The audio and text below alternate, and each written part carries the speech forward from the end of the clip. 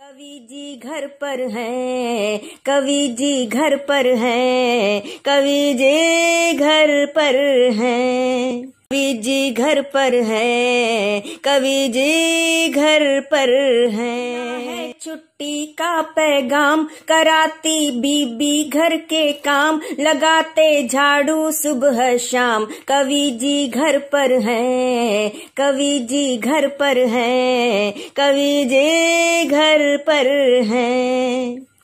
लगा के पोछा चारों ओर, कमर में दर्द हुआ घनघोर, चले हैं जैसे लंगड़ा मोर, कवि जी घर पर हैं, कवि जी घर पर हैं, कवि जी घर पर हैं। चपाती बनना पाती गोल, दाल में रह जाता है झोल, किसारी खुल जाती है पोल, कवि जी घर पर हैं, कवि जी घर पर हैं। खेलते बच्चों के संग खेल, निकाले घंटों तक वे तेल, बनाते घोड़ा मेंढक रेल, कवि जी घर पर हैं, कवि जी घर पर हैं, कवि जी घर पर हैं। थके हैं कपड़े धोकर हाथ, नहीं कोई देता है साथ, बचा लो अब तो भोलेनाथ, कवि जी घर पर हैं, कवि जी घर पर हैं। अरज सुन लो मेरी सरकार, बहुत खाली बीबी की मार, खोल दो दफ्तर अब तो यार, कवि जी घर पर हैं, कवि जी घर पर हैं, कवि जी घर पर हैं।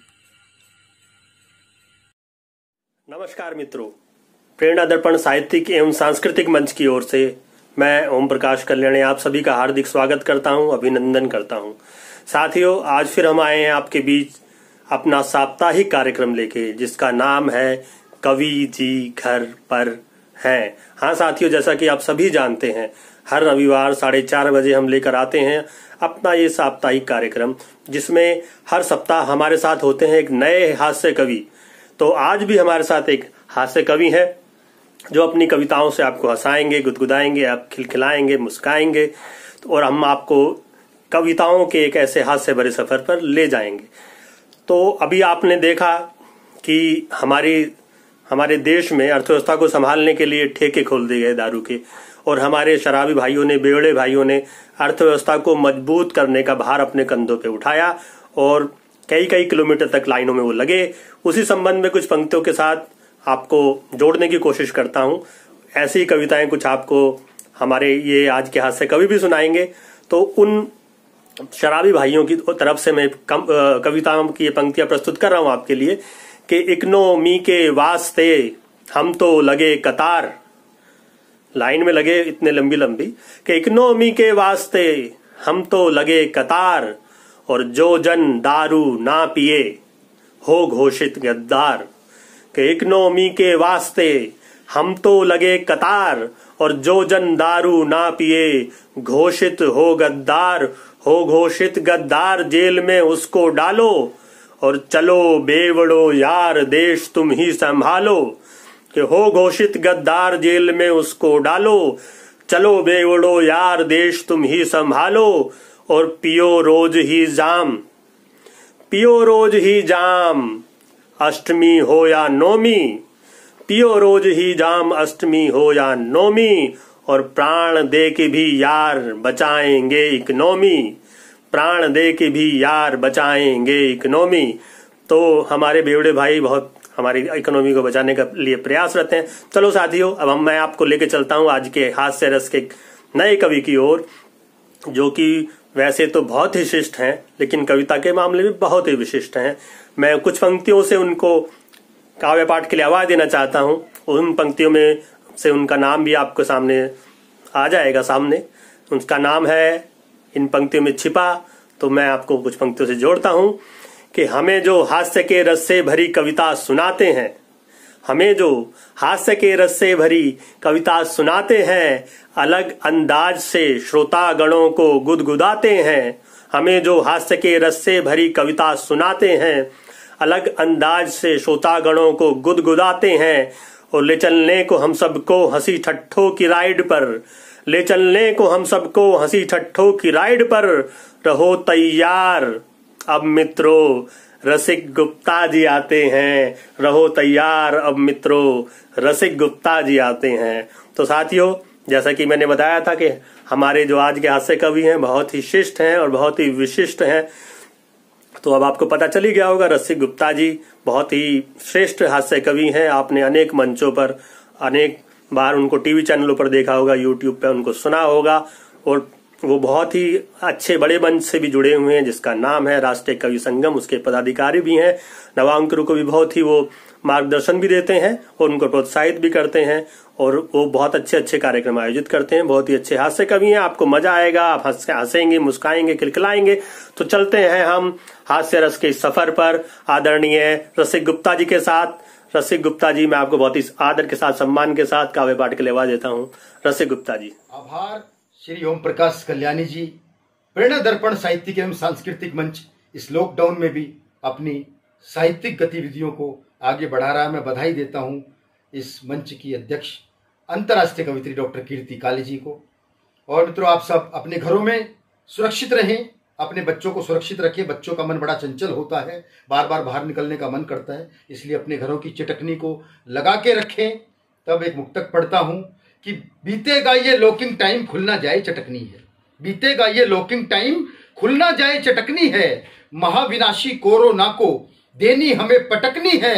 जीतेगा ये राष्ट्र हमारा, हाथ जोड़कर ये विनती, बस हमको खुद अपनी हिम्मत थोड़े दिन तक रखनी है। बस हमको खुद अपनी हिम्मत थोड़े दिन तक रखनी है, और हमें अपनी हिम्मत भी रखनी है और हमारे कोरोना योद्धाओं की हिम्मत को भी बढ़ाना है। तब मैं 4 पंक्तियां पढ़ता हूं कि ये लॉकडाउन है, जरा दूरी बनाएंगे। ये लॉकडाउन है, जरा दूरी बनाएंगे। कोरोना के योद्धाओं की हिम्मत बढ़ाएंगे। दुश्मन घुसे हैं आंख मुंह से, देख ना पाते, हम रोशनी से ज्ञान की इसको हराएंगे। हम रोशनी से ज्ञान की इसको हराएंगे। एक कविता मैं पढ़ता हूं, बिल्कुल नई कविता कोरोना पर मैंने लिखी है और इस मंच के माध्यम से आप सब तक पहुंचता हूं कि इस कोरोना के कारण भारतीय पूरी दुनिया में छा गए। पहले सब हेलो हाय किया करते थे, इस कोरोना के कारण हेलो हाय को ऐसी हाय लगी कि पूरी दुनिया के लोग नमस्ते पे आ गए। अपनी पत्नी के अत्याचारों से दुखी हमारा एक मित्र लॉकडाउन तोड़कर भागने लगा बेचारा, तो पुलिस ने पकड़ के जेल में डाल दिया, लगाकर कर्फ्यू तोड़ने की धारा। 2 दिन बाद में उससे जेल में मिल के आया, तो उसके चेहरे पर ना दुख ना गम का साया। बोला, यहाँ ना झाड़ू मोरना, ना पोछा लगाना, अखबार टीवी घूमो फिरो, यहाँ पर सुविधा तमाम है। अरे मैंने तो दोनों जगह रह के देख लिया, यहाँ ज्यादा आराम है। घर पर तो कई दिन का बचा हुआ खाना खाना पड़ता था, यहाँ मिलता है बिल्कुल ताजा। रसिक भाई मेरी मान, तू तो किसी में भी थूक दे और यहीं आ जा। वैसे तो इस समय हर पति दुखी है क्योंकि पत्नी खींच रही है पति की खाल, लेकिन इस लॉकडाउन में ज्योतिषियों का हुआ सबसे बुरा हाल। एक ज्योतिषी ने किसी को बताया, विदेश यात्रा का योग तो समझ लो तुम्हारे दरवाजे पर खड़ा है। भविष्यवाणी की ऐसी तैसी हो गई, अगला अस्पताल में क्वारंटीन पड़ा है।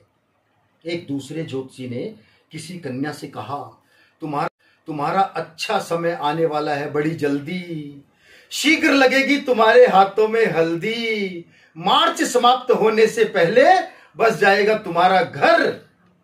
वो अब तक घूम रही है, हाथों में लगाए सैनिटाइजर।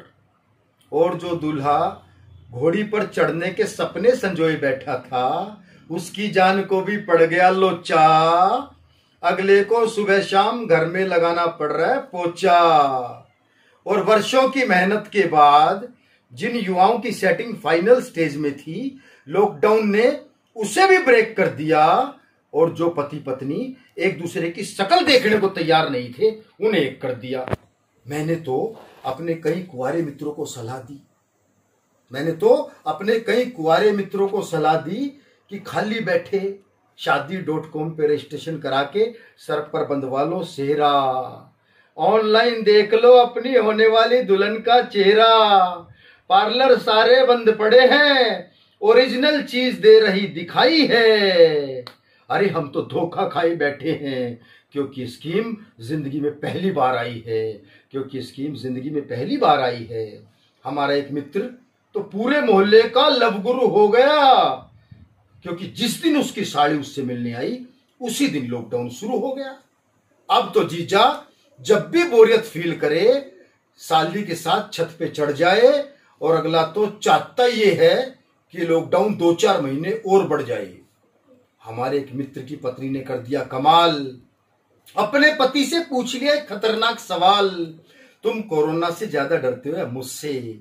पति बोला सच्ची बताऊं तुझसे, क्योंकि कोरोना नाम का रोग तो थोड़े दिन में काबू आ जाएगा, लेकिन पत्नी को काबू में करने की वैक्सीन तो भगवान भी नहीं बना पाएगा। हमारा एक मित्र एक दिन सब्जी लेने गया बाजार, पर मास्क की वजह से खा के आया मार। रेडी वाले से बोला तोलने से पहले सैनिटाइजर से हाथ धो लो। मास्क लगाता पहचान नहीं पाया। पत्नी से बोला बहन जी जरा साइड में हो लो। एक सब्जी वाला बोला बहन जी सब्जी ले लो। इतना सुनते एक सज्जन के खून में आ गया उबाल। बोला बहन जी नहीं जीजा जी हूं, सैलून बंद पड़े इसलिए लंबे हो गए बाल। इस लॉकडाउन में जानवर भी हो गए हैं बेहाल। एक कुत्ता दूसरे कुत्ते को सुना रहा था अपना हाल। बोला सड़क पे गाड़ी ही दिखाई नहीं दे रही, किसके पीछे भागे, एक्सरसाइज ही नहीं हो रही, खाली पड़े पड़े फूल गए। क्या बताऊं भाई ये कुत्ते, हम तो लॉकडाउन में भौंकना ही भूल गए। और इस लॉकडाउन में कवियों के घर में भी खूब उत्पात मचाया। इस लॉकडाउन ने कवियों के घर में भी खूब उत्पात मचाया। और जिन कवियों ने अपनी पत्नी को अपना पेमेंट हमेशा हाफ बताया, अब सारे पैसे ऑनलाइन आ रहे हैं। राज खुल गया, पत्नी से मार खा रहे हैं। और कई कवियों की हालत तो ऐसी हो गई, कई कवियों की हालत तो ऐसी हो गई जैसे बीच समुंदर नाव में हो गया हो छेद। बचाए गए पैसों से कहां कहां गुलछर्रे उड़ाए, खुल के आ रहे हैं कर्मजलियों के भेद। इस बीमारी में कुछ समझ नहीं आ रहा, ना कोई जादू, ना कोई टोना, ना कोई मंत्र, ना कोई जाप। अरे देखते रहो आप रामायण, पर वास्तविक जीवन में बंद हो गए सारे भरत मिलाप।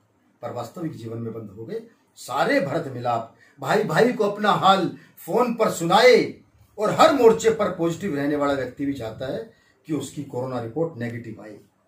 थोड़े से दिनों के इस लॉकडाउन में हिमालय भी दूर से नजर आने लगा। कितनी शुद्ध हवा हो गई। और ये बीमारी भी अजीब है जिसमें दूरियां ही तबाह हो गई। इस भीषण महामारी के लिए ये दुनिया चाइना को पता नहीं कैसे माफ करेगी, लेकिन सरकार अरबों रुपए क्यों खर्च करती अगर पता होता कि कोरोना की बीमारी, कोरोना से कैसे निपटें। अमेरिका, इंग्लैंड, जर्मनी, किसी को कुछ नहीं सूझ रहा है। और चांद और मंगल पर जीवन तलाशने वाला इंसान आज पृथ्वी पर अस्तित्व के लिए जूझ रहा है। आज पृथ्वी पर अस्तित्व के लिए जूझ रहा है। लोग पत्थर को केवल चोट पहुंचाने वाली चीज समझते हैं, लेकिन पत्थर अपने बारे में क्या कहता है। पत्थर की आत्मकथा मैं आपको सुनाता हूं एक कविता के माध्यम से, कि मैं एक पत्थर हूं, मानव जन्म से ही मेरा गहरा नाता है, और मेरा नाम लेने पर हर कोई थर थर कांप जाता है। दंगा, फसाद, हड़ताल में मुझे विशेष इज्जत मिलती है, और मुझे इस्तेमाल करके ही दंगाइयों की तबीयत खिलती है। मक्का में शैतान पर पत्थर मारने के लिए सारी दुनिया से लाखों लोग करोड़ों खर्च करके आते हैं, और मेरे माध्यम से ही सदियों पुरानी परंपरा निभाते हैं। विश्व का 8वां आश्चर्य जिस पर दुनिया करती है नाज, मेरा ही मार्बल का रूप तराश दिया तो दूध में नहाया हुआ ताज। लैला ने भी कहा कोई पत्थर से ना मारे मेरे दीवाने को, क्या मैं रह गया हूं सिर्फ मजनू का खून बहाने को। अरे मुझे इस्तेमाल करो सिर्फ मानवता के लिए, जैसे सर छुपाने को कोई घर बनाने को। प्राचीन काल से ही लोगों को पत्थर का महत्व समझ में आता था, इसीलिए तो इतिहास शिलालेखों पर लिखा जाता था। हो सकता है कल कोई ऐसा जलजल आए कि सब नष्ट हो जाए, तब दुनिया में सिर्फ शिलालेख ही रहेंगे और मानव के इतिहास की कहानी कहेंगे। काश ये बात यदि आतंकवादियों की समझ में आती तो तालिबान में भगवान बुद्ध की प्राचीन मूर्तियां यूं ना तोड़ी जाती। उन मूर्तियों को तोड़ने से वो समझते हैं कि इंसानियत सदा सदा के लिए सो गई। अरे यहां तो भगवान राम के छूने से पत्थर की अहिल्या भी जीवित हो गई। यहां तो भगवान राम के छूने से पत्थर की अहिल्या भी जीवित हो गई। मैं तुच्छ होते हुए भी नदी के प्रचंड वेग का मुकाबला कर लेता हूं और कई बार तो घिस घिस कर स्वयं ही शिवलिंग का रूप धर लेता हूं। मैं कितनी ही बार किसी शिल्पी के प्रेम के वशीभूत होकर उसकी छेनी हथौड़ी की मार से जाता हूं और एक मूर्ति के रूप में प्रकट होकर किसी देव की अनकही कहानी कह जाता हूं। और कविता की सबसे नाजुक पंक्ति में आपको सौंपता हूं कि मैं किसी बड़े से बड़े शीशे के घमंड को अपने छोटे से टुकड़े द्वारा पल भर में चूर कर सकता हूं और कभी ग्रेनाइट की पॉलिश द्वारा खुद शीशे का रूप धर सकता हूं और कभी ग्रेनाइट की पॉलिश द्वारा खुद शीशे का रूप धर सकता हूं। जिस प्रकार घर बनाने वाले खुद बेघर होते हैं लेकिन उन घरों के नीचे उनका खून पसीना गड़ा होता है, उसी प्रकार नीम का पत्थर खुद नजर नहीं आता लेकिन पूरा भवन उसी नीम के पत्थर पर खड़ा होता है। चाहे कितनी ही ढलान हो, मैं बस ट्रक कार की ओट बन जाता हूं और अपनी छाती पर टनों वजन हंसते हंसते सह जाता हूं। इतना करने पर भी मानव न जाने किस हवा में बहता है और मेरा कलेजा तो तब फटता है और मेरा कलेजा तो तब फटता है जब कोई किसी को पत्थर दिल इंसान कहता है। जब कोई मुझे राह में फेंक दे तो भी ठोकर खाने वाला मुझे ही भला बुरा कहता है, लेकिन पत्थर होते हुए भी मेरा दिल इंसान की तरह किसी से बदला नहीं लेता है। लेकिन कुछ ऐसे भी हैं जो मुझे वहीं छोड़ बार बार ठोकर खाते हैं। ऐसे इंसान जीवन में सिर्फ हाथ मलते रह जाते हैं। अरे राह में मुझे यूं छोड़ जाने के पीछे कोई तर्क होना चाहिए। अरे इंसान और जानवर में कुछ तो फर्क होना चाहिए। जरा सोचो, पत्थरों के बिना नलनील लंका जाने के लिए पुल कैसे बनाते और बिना पुल बने श्री राम लंका पर विजय की खुशी कैसे मनाते। इसी प्रकार जब कोई अनोखा काम करके दिखाता है तो वो मील का पत्थर कहलाता है, तो वो मील का पत्थर कहलाता है। जब कोई सड़क बनाने वाला मुझ पर हथौड़ा बजाता है, चोट करता है, मैं तब भी अपना धर्म नहीं छोड़ता। अरे खुद टूट जाता हूं लेकिन तोड़ने वाले का दिल नहीं तोड़ता, लेकिन तोड़ने वाले का दिल नहीं तोड़ता। लेकिन मेरा दिल तो तब टूटा, लेकिन मेरा दिल तो तब टूटा जब कुछ देशद्रोहियों ने प्रशासन के खिलाफ लगाए नारे और कोरोना के खिलाफ लड़ाई लड़ने वाले हमारे योद्धाओं पर पत्थर मारे। उस वक्त मैं अंदर ही अंदर फूट फूट कर रोता हूं और अपने पत्थर होने पर पहली बार शर्मिंदा होता हूं और अपने पत्थर होने पर पहली बार शर्मिंदा होता हूं। वाह वाह वाह वाह वाह, बहुत शानदार, जय हो, बहुत बढ़िया रसिक जी, मजा आ गया आपकी हास्य कविताएं सुनकर और हमारे दर्शकों को भी बहुत मजा आएगा, मुझे पूरी आशा है। तो साथियों, रसिक गुप्ता जी का बहुत बहुत धन्यवाद, आभार। उन्होंने अपने कीमती समय से हमारे लिए समय निकाला, मैं उनका बहुत बहुत आभार प्रकट करता हूं प्रेरणा दर्पण साहित्यिक मंच की ओर से। बहुत बहुत धन्यवाद रसिक जी।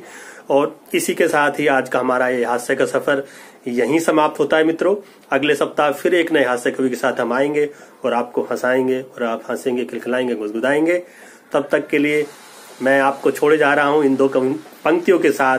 आदरणीय फानी जी की पंक्तियां हैं कि लहरों की सियासत से मायूस ना हो फानी, लहरों की सियासत से मायूस ना हो फानी, गर्दाब की हर तह में साहिल नजर आता है, गर्दाब की हर तह में साहिल नजर आता है। तो मित्रों, अगले सप्ताह 4 बजे रविवार के दिन आपसे फिर भेंट होगी किसी नए कवि के साथ और हास्य के सफर पर हम फिर से चलेंगे। तब तक के लिए अपने मित्र ओम प्रकाश कल्याणी को आज्ञा दीजिए। नमस्कार।